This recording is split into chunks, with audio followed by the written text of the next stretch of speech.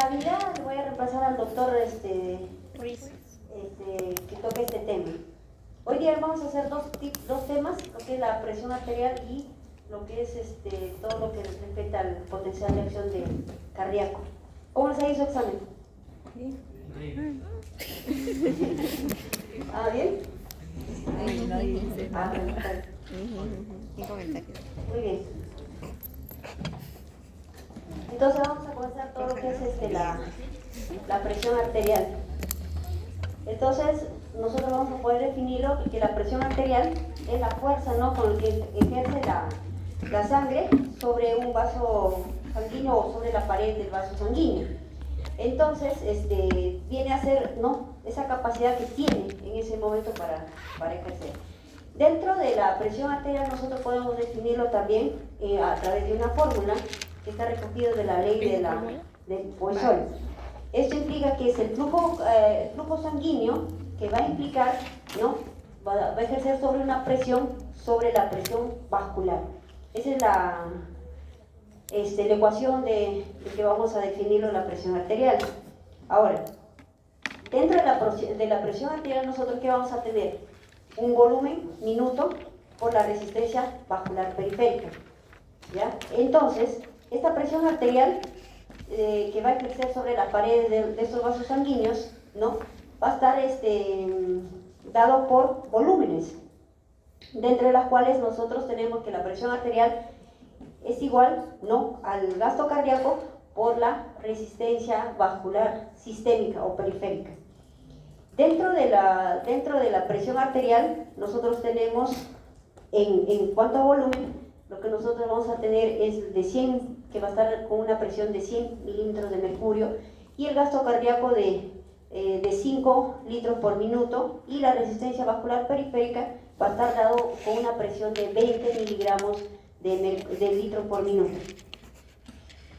En cuanto a su fisiología de la presión arterial, nosotros ¿qué vamos a tener? Tenemos el corazón ahí, que va a implicar que es el gasto cardíaco, ¿no?, sobre la resistencia vascular periférica, que viene a ser el vaso sanguíneo, y nosotros vamos a clasificar dentro de esta presión arterial. Nosotros tenemos hoy en día guías en el cual nosotros vamos a definirlo, la presión normal, la presión, los grados de hipertensión arterial que va a tener este paciente, y de la última clasificación que nosotros tenemos, ¿no?, que tiene que ser una presión arterial menos de 120 sobre 80. Una presión sistólica de 120 y una diastólica de 80 milímetros de mercurio. Entonces, para nosotros clasificar esta hipertensión arterial, nosotros tenemos valores. Dentro de lo que considera una prehipertensión, una hipertensión arterial normal alto, se considera de 120 a 139 de sistólica, y la diastólica vamos a tener de 80 a 89 milímetros de mercurio. Dentro de los estadios, conforme va incrementando esta presión arterial, tenemos un estadio 1 de 140 a 159 con una diastólica de 90 a 99 milímetros de mercurio, y un estadio 2 que es mayor de 60, una sistólica, y mayor de 100, una diastólica.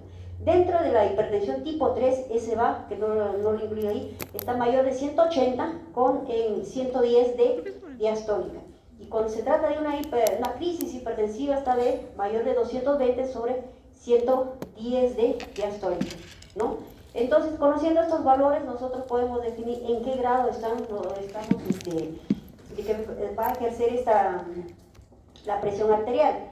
Entonces, nosotros tenemos ahí la presión arterial, que está dado por dos mecanismos, una presión sistólica y una presión diastólica, dentro de las cuales nosotros vamos a tener en cuanto es el volumen y la distensibilidad del corazón para poder esa eyección que tiene que salir, ¿no es cierto? Entonces, y la diferenciación que vamos a tener, en este caso la presión la diferencia entre la presión sistólica y la diastólica, vamos a tener una presión arterial media. Entonces, ahí lo tenemos. En cuanto a la presión de pulso, como dije, es la diferencia de estos dos, entre el volumen que tiene y la distensibilidad de esta presión que va a ejercer. Entonces, dentro de la presión arterial nosotros vamos a tener sistemas. que van a regularizar por un mecanismo compensatorio que va a ejercer esta presión arterial. ¿Y de qué manera? A través, primero se va a ver a través de un sistema que es la renina angiotensina. Ese es el primer mecanismo. Y también está dado por las calicreminas y otro sistema como es el péptido natriurético atrial.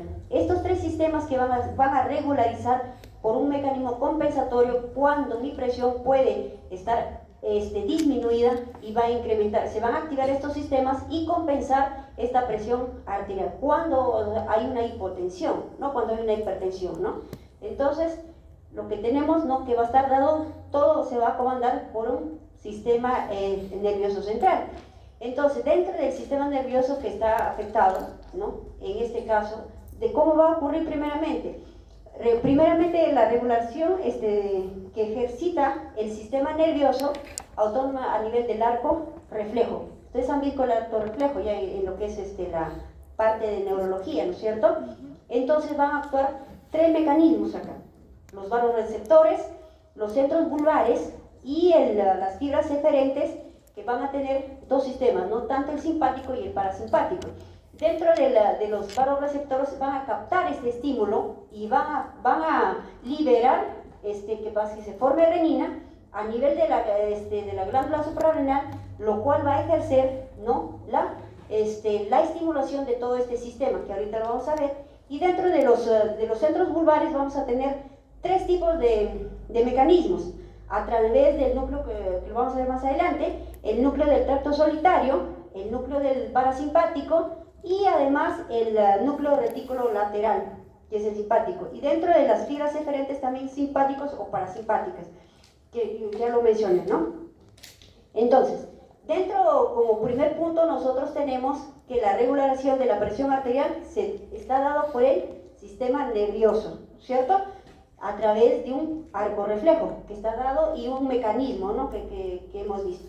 Entonces ahí nosotros tenemos la vía eferente a nivel nervioso. Entonces lo que van a actuar hasta los vasoreceptores que van a estar ubicados a nivel de las carótidas, y luego, ¿no?, que ahí estamos viendo, y luego a través de los vasoreceptores a nivel de la aorta. Esto va a hacer que incremente cuando hay una hipotensión. Muy bien, entonces estos mecanismos reflejos, ¿qué va a pasar? Va a provocar una elevación, como dije, se va a activar esta elevación de la presión arterial, ¿no?, activando dos sistemas: el sistema parasimpático vagal y el núcleo caudado ventral lateral, dentro de las cuales también hace que va a generar a nivel de los vasos, vasos periféricos, produciendo una vasodilatación en este caso, para poder compensarlo, y ahorita lo vamos a ver.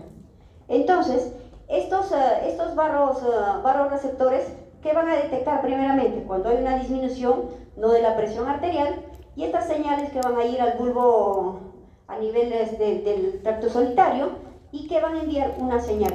Al enviar una señal, esto se va a activar el sistema simpático, ¿no?, para poder activar el sistema renina-angiotensina.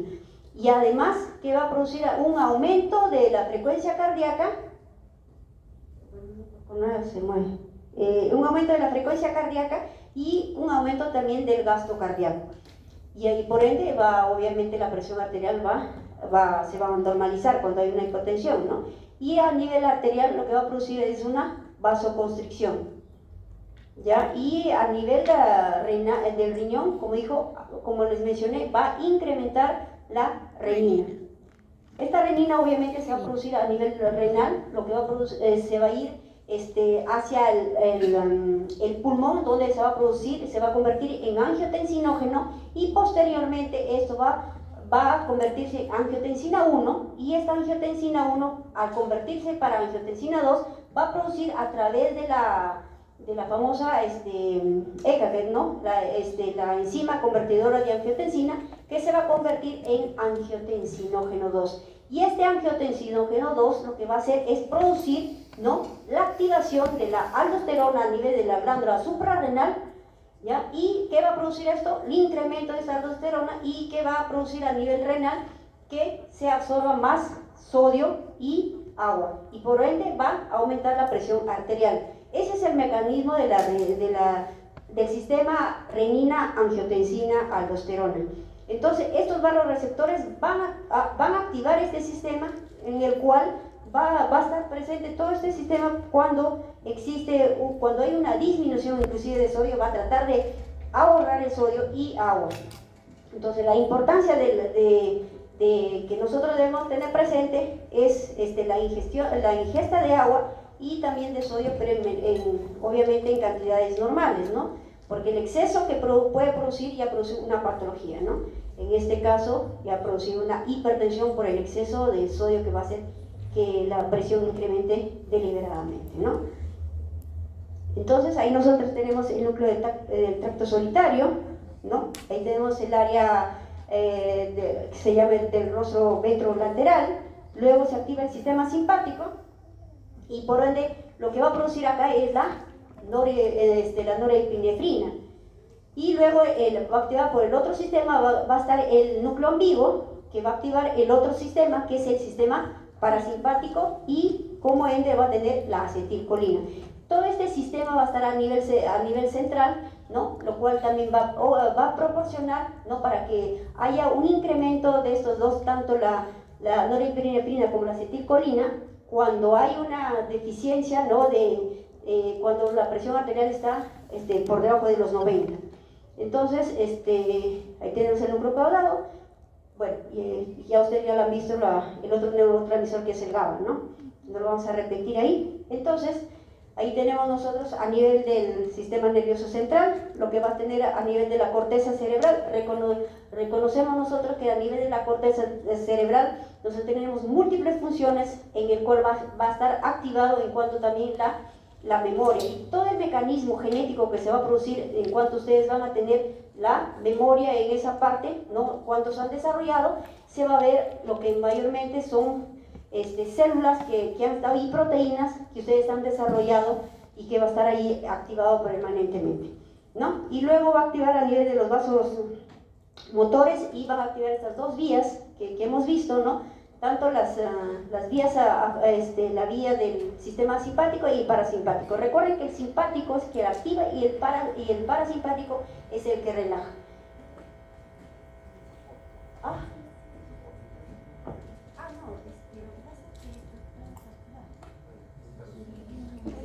El lecra. El proyector es lo que está. Está fallando, mira. Yo no me hago y se mueve. Entonces, nosotros vimos los vasoreceptores y ahora vamos a ver los quimioreceptores. ¿Cuándo se activan estos quimioreceptores? Estos quimioreceptores se van a activar cuando hay falta de oxígeno y un exceso de CO2.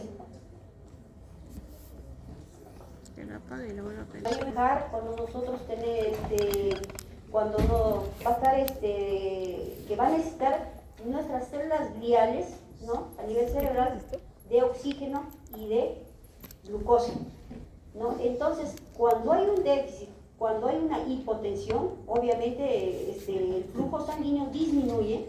Entonces, cuando hay disminución de eso, entonces el mecanismo del sistema respiratorio aumenta de la parte, ¿no? Aumentando la frecuencia cardíaca y por ende en este momento es que se van a activar estos quimioreceptores para tratar de compensar cuando hay una hipotensión. Ese es el otro mecanismo por el cual también nuestro organismo sabiamente actúa. Por un lado vimos los vasoreceptores y por el otro lado los quimioreceptores. En este caso, la respuesta que va a dar va a ser activando nosotros tanto la presión sistólica y la diastólica. Y vamos a tener, cuando hacemos la diferenciación, en este caso, para tener una presión arterial media, mayormente, cuando nuestra presión arterial media se disminuye cuando es menor de 80, ¿ya? Entonces, ahí tenemos, vamos a repetir una vez más, el sistema el sistema renina-angiotensina-aldosterona, ¿no? Que tenemos acá el sistema adrenérgico, tenemos la renina, que va a producir, ¿no? Como lo mencioné, el riñón se activa cuando hay una hipotensión y por ende va a pasar al nivel respiratorio a nivel respiratorio que se forma el angiotensinógeno y que se va a convertir en angiotensina 1 y aparte de eso la angiotensina 2 que se va a convertir por la ECA y que va a producir, cuando ya esto activa a nivel cardíaco, ¿qué va a producir? Hay un incremento de la frecuencia cardíaca, aumento del flujo cardíaco, en este caso el gasto cardíaco, y va a aumentar la presión arterial. O sea, este mecanismo es constantemente, que siempre lo vamos a tener, pero en menor proporción para nosotros estar bien. Recordemos también que nuestra presión arterial hay una disminución cuando durante el día se va a disminuir y durante la noche también hay un porcentaje, dentro de la cual, por ejemplo, si yo duermo, va a disminuir un 20%. Al despertarme, esa presión arterial es un 10%. Entonces, durante la noche, esa presión, si yo tengo durante el día 120 sobre 80, normal, y en la noche, obviamente, voy a tener por lo menos, tiene que ser menos de 120, que puede ser 100, y de diastólica menos de 70. Ese es el porcentaje normal que usualmente nosotros tenemos. Pero a la vez, cuando yo me levanto, se va a activar, ¿no?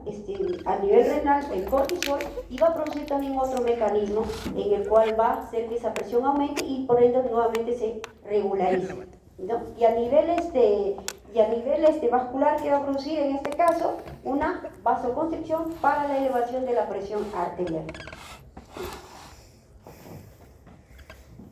El control de la presión arterial, nosotros tenemos, recordemos que el riñón, ¿no? Esta cosa de una corteza renal, la parte de la médula, viene todos los cálices, viene todo eso, ¿no? Entonces sabemos dónde se forma el glomérulo a nivel de la corteza del riñón, ¿no? Entonces ahí tenemos el glomérulo, para recordar nada más.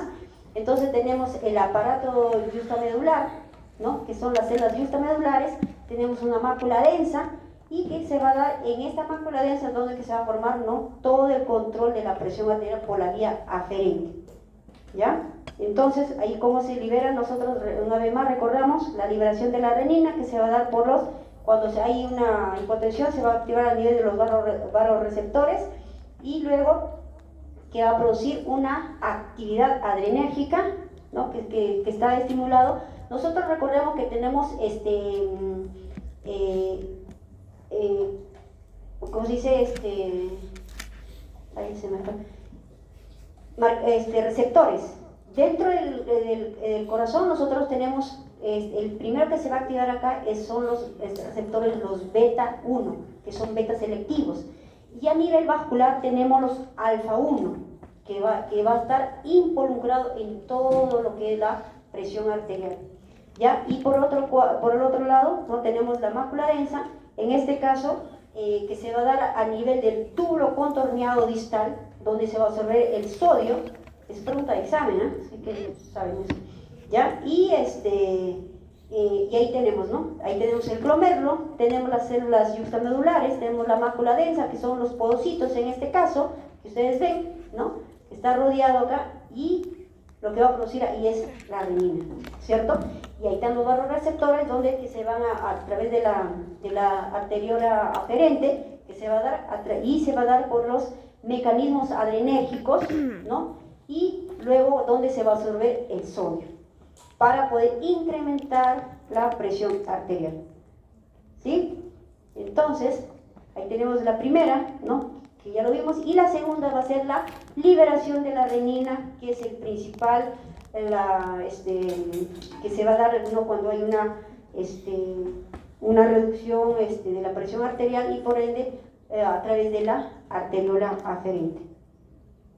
Ahí tenemos nuevamente el riñón, ¿no? Que ya le hemos visto, se va a producir, ¿no? La angiotensina 2 y que va a producir a nivel vascular, ¿no? Una vasoconstricción, y a nivel renal que va a producir la aldosterona, lo que va a permitir la aldosterona, esta producción excesiva de la aldosterona va a hacer que haya mayor absorción de sodio y de agua. Recuérdenlo eso siempre, eso va a ocurrir siempre en la parte en este sistema, ¿no? Ahí tenemos nuevamente, ¿no? Y por lo tanto, ¿qué nosotros tenemos? Que la presión arterial, ¿no? que está dado a través de la angiotensina que ha activado esta cascada, Entonces nosotros a nivel arterial, ¿qué vamos a tener? Una vasoconstricción, al nivel renal va a ser la reabsorción de sodio y al nivel de la suprarrenal, ¿qué tenemos? La secreción de la aldosterona, y a nivel cerebral tenemos la estimulación de sed, y a nivel cardíaco tenemos el inotropismo, que es la contractilidad del músculo cardíaco, ¿no? Y por ende ahí tenemos, ¿no?, el aumento de la volemia. La presión arterial muchas veces puede caer también por pérdida de volumen, por los que pacientes o personas que toman obviamente déficit o de muy deficiente de líquido, ¿no?, de acuerdo a su peso y tamaño del paciente. Entonces ahí tenemos nuevamente este sistema que va a estar activado, ¿no?, ya lo vimos, y el tercero que vamos a añadir, que es la ECA, ¿no?, que eleva la presión arterial por estos dos mecanismos que ya lo vimos. ¿Listo? Entonces vamos a hablar del otro mecanismo, que es el péptido natridiurético auricular. Este péptido se va a activar, ¿no?, que se va a sintetizar primeramente a nivel de las aurículas, a nivel cardíaco, ¿no?, como consecuencia de una dilatación, de una sobrecarga de volumen, ¿no? Y después este péptido natridiurético, por ejemplo, cuando hay una insuficiencia cardíaca, o sea, cuando hay déficit del corazón que tiene, estos cardiomiocitos van a tratar de liberar este péptido, ¿no?, en el cual nosotros se dosa en el laboratorio y tenemos valores en el cual ya inicia, a pesar que el paciente muchas veces no puede presentar ningún tipo de síntoma, pero ya teniendo un valor aproximado, ¿no?, de estos péptidos natridiuréticos, es cuando hay una sobrecarga, o sea, cuando hay un aumento de la precarga del corazón. Entonces, lo que va a producir es una natridiuresis, una vasodilatación arterial, y lo que va a hacer es inhibir esto.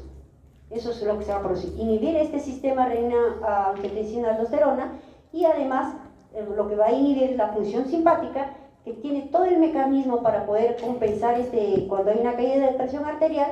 Y por último, ¿no?, tenemos que dentro de las funciones de este péptido natridiurético, que es que nos va a servir para la diuresis acuosa del paciente cuando hay una vasodilatación, aumento de la tasa de filtración glomerular, y también va a disminuir el volumen plasmático y reduce el gasto cardíaco.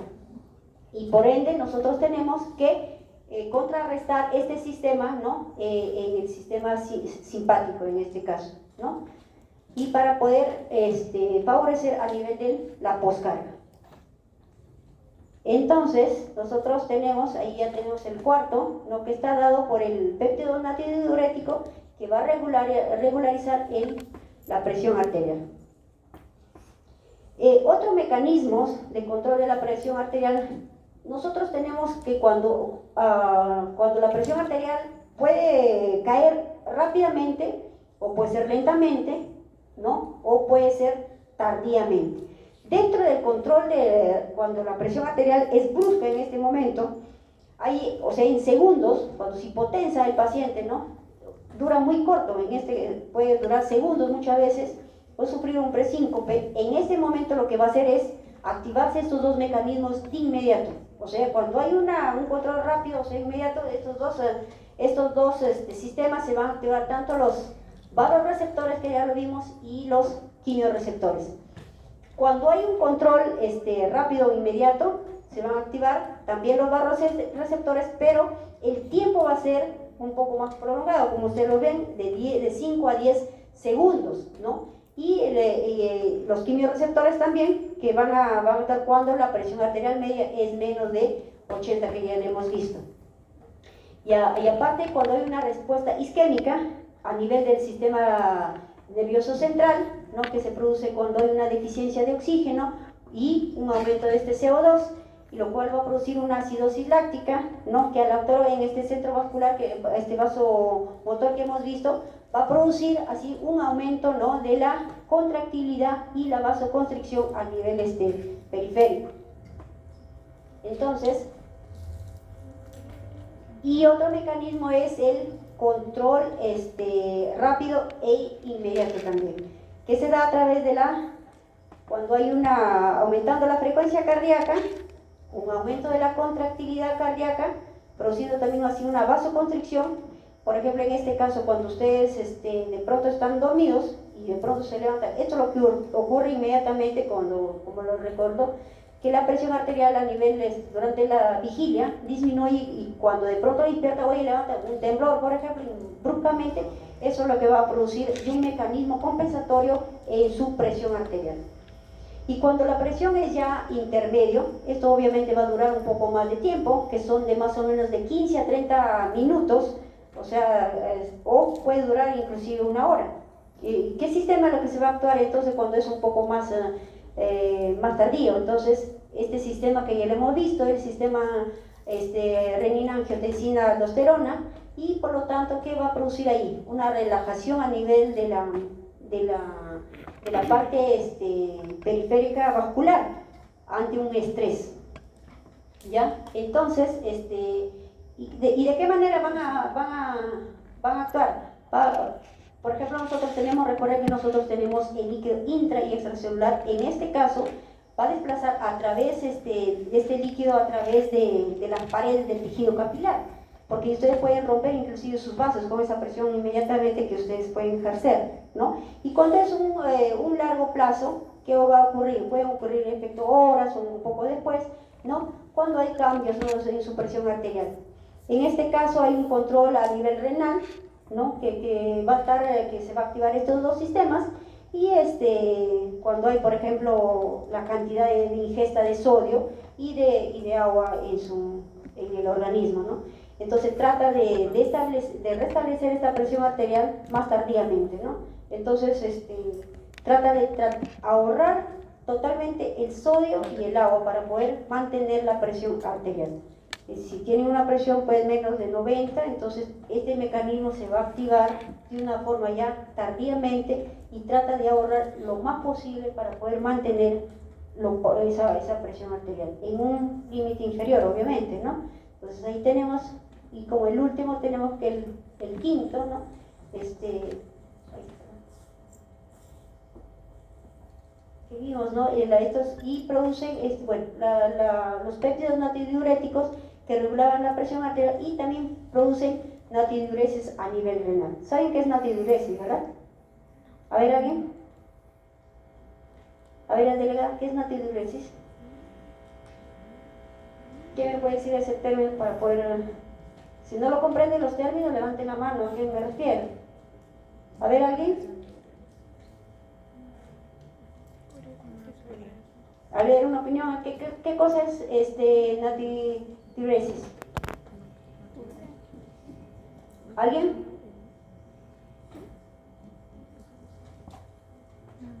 A ver, la delegada, ¿qué significa eso?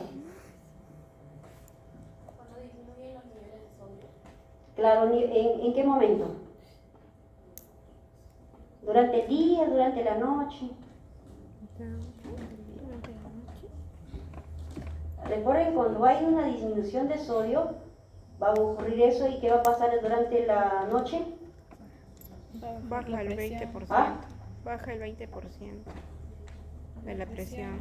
No, eso es normal. No sé, ¿qué significa el término natridiuresis? Porque ahí te dice, ¿no? Produce a nivel renal, ¿no? ¿La excreción de sodio o la disminución de sodio? Disminución de sodio. La excreción, ¿no? Por eso es que se activa estos péptidos natridiuréticos, ¿no?